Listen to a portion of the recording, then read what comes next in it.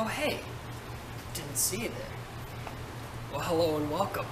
Today I'm going to teach you guys about the wonders of magnetism. So magnets run our daily lives.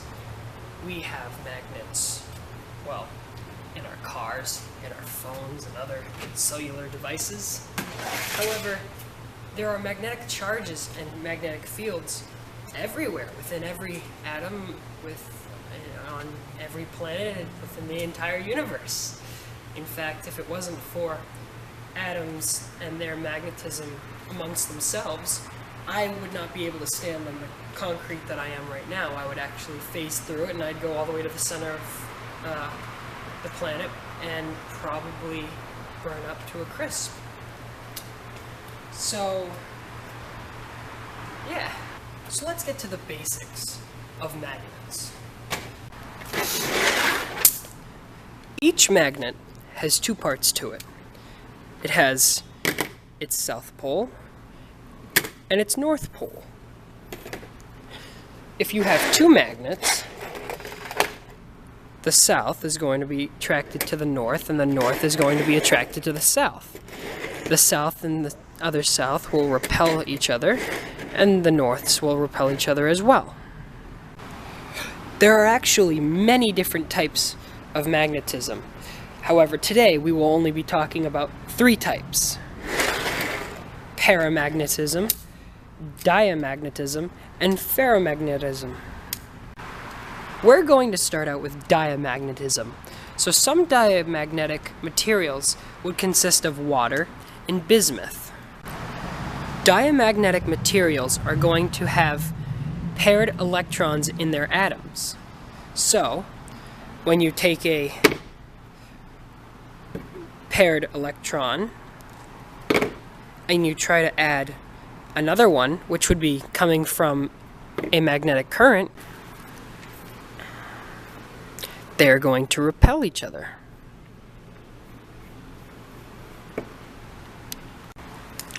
This is because there is no room for an extra electron. Bismuth is actually the most diamagnetic material on the entire planet, meaning it will always repel itself from a magnetic field. Now, paramagnetism is the complete opposite of diamagnetism. Some examples of paramagnetic materials would be liquid oxygen or aluminum. Now, what makes up a paramagnetic material is within their atoms, they're going to have unpaired electrons.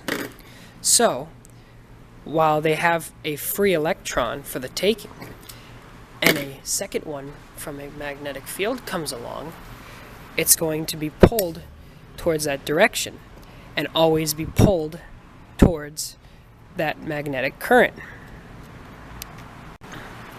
Paramagnetic materials are going to have very weak bonds towards these magnetic fields due to any variation in temperature could break them apart. And last, we have ferromagnetism, which usually consists of iron, cobalt, and nickel. It gets its name from iron, which is from the Latin word ferrum.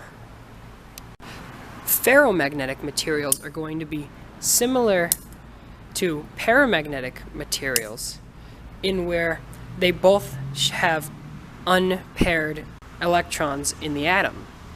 However, with a ferromagnetic material, they have specific domains where their electrons are going in multitude of directions.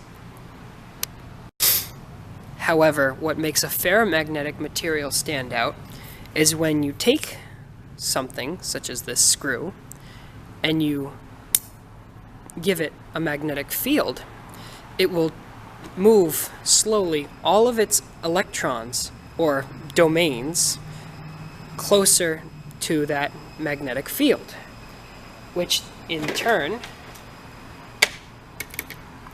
turns the non-magnet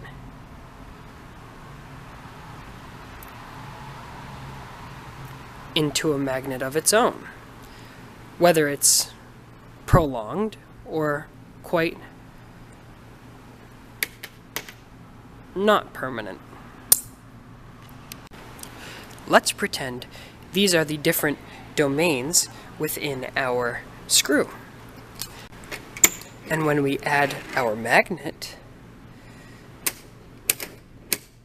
they all line up and are all going to be in the exact formation pointing towards the magnet.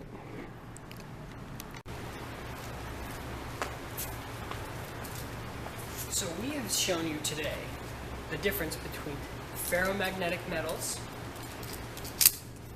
paramagnetic metals, and diamagnetic metals. So I guess what we're saying is it's all within the electron configuration.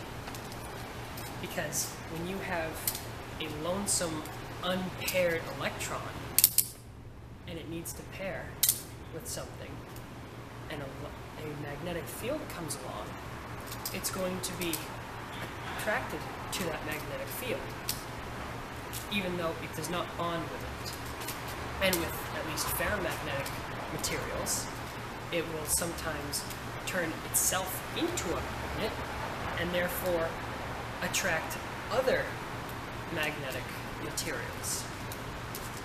However, with the opposing diamagnetic materials, who have all paired electrons in their atoms, they will always be repelled from a magnetic field because they have no need to bond with anything for their extra electron.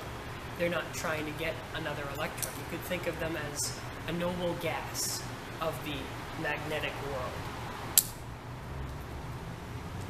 Well, I'm glad you could come, and hope you have a stellar rest of your day.